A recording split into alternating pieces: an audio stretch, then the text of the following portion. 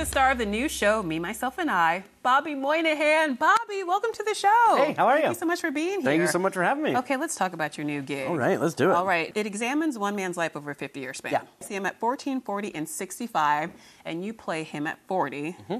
What else can you tell me about this project? Absolutely nothing. Really? Yeah. Okay. No, just kidding. I play Alex Riley, an inventor, and we see him at 3 different stages. Jack Dylan Grazer plays Alex at 14, and John Larroquette plays him at 65.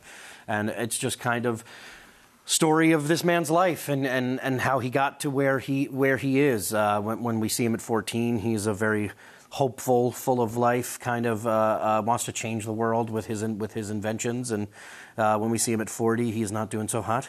Uh-huh. His wife has cheated on him, and he is with living an ambulance worker. Yeah, an EMT. You say that like it would be worse if it was like a fireman or something. No, he just walked. Well, firemen are a little hotter. They have calendars. What's it like playing a young John Larroquette? Did you watch Night Court? I did. I was a huge fan of Night Court.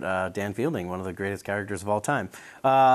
It's a blast. I mean, we're all kind of playing this new guy. We all have facets of each other. Where I'm trying to do stuff that Jack does. I'm trying to do stuff that John does, and I think they're doing the same. So we're trying to find this amalgamation of the three. But I find myself talking like John Larroquette. I find myself trying to make my voice as deep as possible.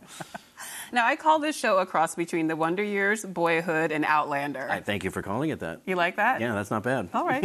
I just wanted to say that. I wanted you to be happy. It's your show. You can say whatever you want.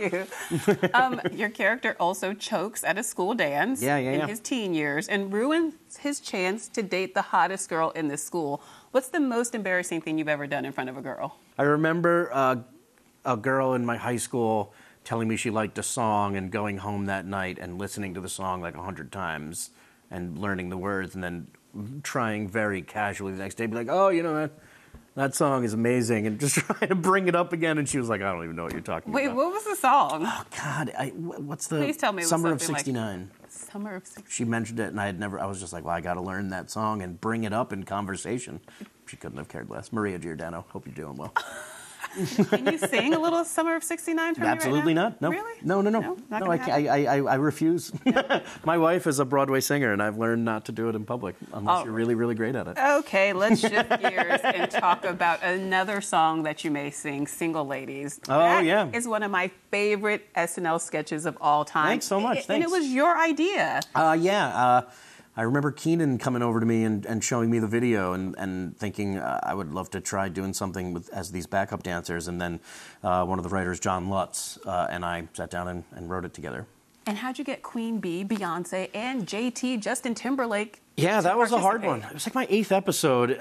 I just remember we read it at the table and it went okay. I think Kristen read Beyonce's part, Kristen Wiig read Beyonce's part at the table, and then they were like, we might do this, we don't know, we have to talk to Beyonce about it, and it just kind of went away.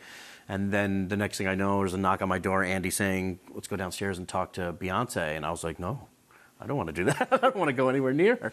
But she was wonderful. She was absolutely gracious and really charming and very funny. She looks like an angel in real life. And she was great, but she didn't want to do it live because she was so nervous about her. It was the first time she was performing Single Ladies in another song.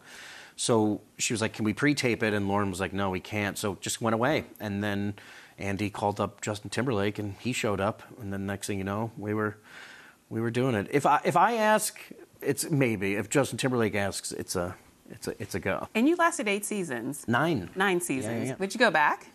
Yeah, I would go back in any capacity. If the show doesn't do well, I'm gonna shave my beard, grow a mustache, and go back under a different name. But yeah, no, I mean the hope is, of course, it's like a family. You never really leave. You hope to come back and show up and do something. All right, thanks again for stopping by. Thank you for having me. Ladies, meet a break. Sure.